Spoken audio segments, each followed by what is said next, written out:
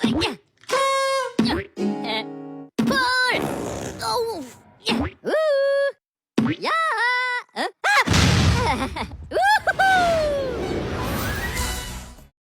few moments later.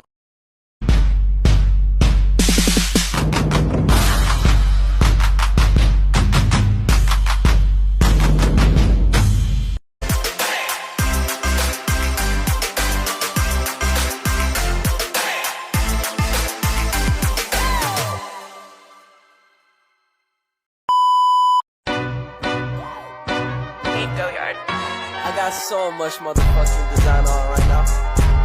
Break it down, bring it back, make it clap. I got 3 old thoughts, new block, where that thing. Bitches on my line, and you know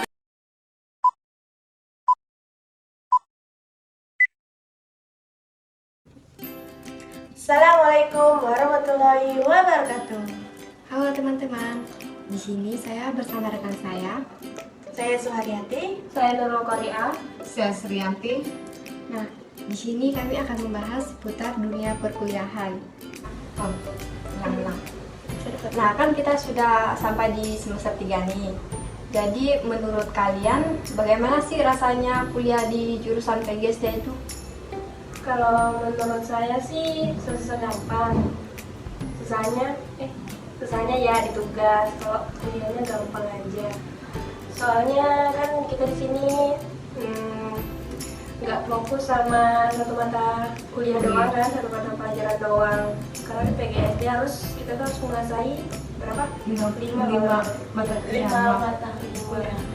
Nah, beda sama jurusan lain, kayak karena bahasa Indonesia, dia cuma fokusnya sama bahasa Indonesia. Tapi gitu lah.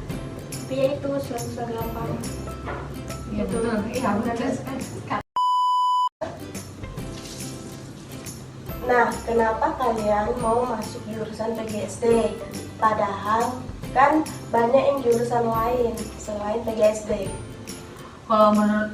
Kalau saya pribadi disuruh orang tua, karena jurusan PGSD itu kan banyak peluang pekerjaannya. Karena sekarang ini kan banyak sekolah-sekolah yang membutuhkan guru SD.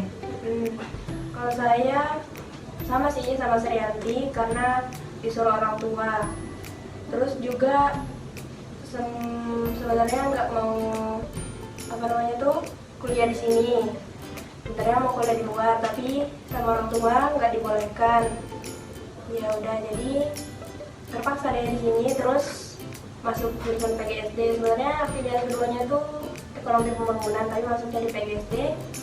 Jadi ya udah di PGSD aja. Terus di setiap kampus kan pasti ada UKM atau organisasi lain. Nah, di antara kamu bertiga ada nggak yang ikut kegiatan tersebut? Kalau saya sendiri sih enggak. Sama aku juga enggak, mungkin Sarati kali. Kalau saya sendiri mengikuti UKM seni tari.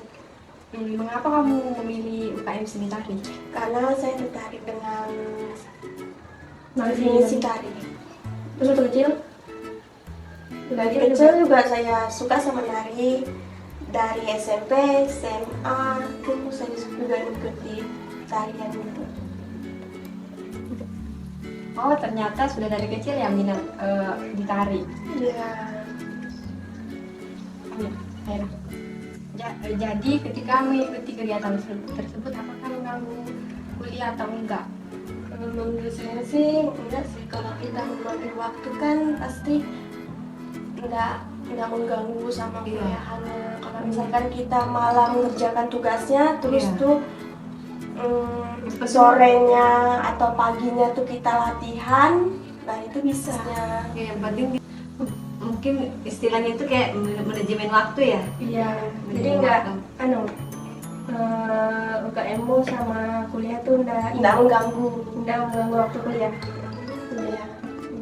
Jadi kan harus mengatur waktu, misalnya kalau ada tugas dikerjakan lebih dulu, ya kan? Ya baru kita latihan. Nanti kalau ada jamnya waktu latihan, baru latihan. Jadi dipintar-pintar bagi waktu gitu. Ya. Intinya begitu kan, manajemen waktu. Terus kan dalam perkuliahan ini pasti banyak tugas. Itu pasti kita stres mikirin tugas. Nah, Bagaimana cara mengatasi stres itu dalam perkuliahan? Menurut saya sih healing solusinya. Kemana ya? Iya, kemana-mana aja ya, kita bisa healing. Kalau nggak gini, healing aja sih healing. Misalnya kita ke amal, nyari-nyari angin, duduk kan pikir batai enak. Jadinya itu segar sejuk. Terus atau enggak pergi kemana? Jalan-jalan. Atau enggak ke hutan mangrove kan ya temennya. Iya, ada teman-teman enggak bercanda. Enggak ada sebelum bisa gitu.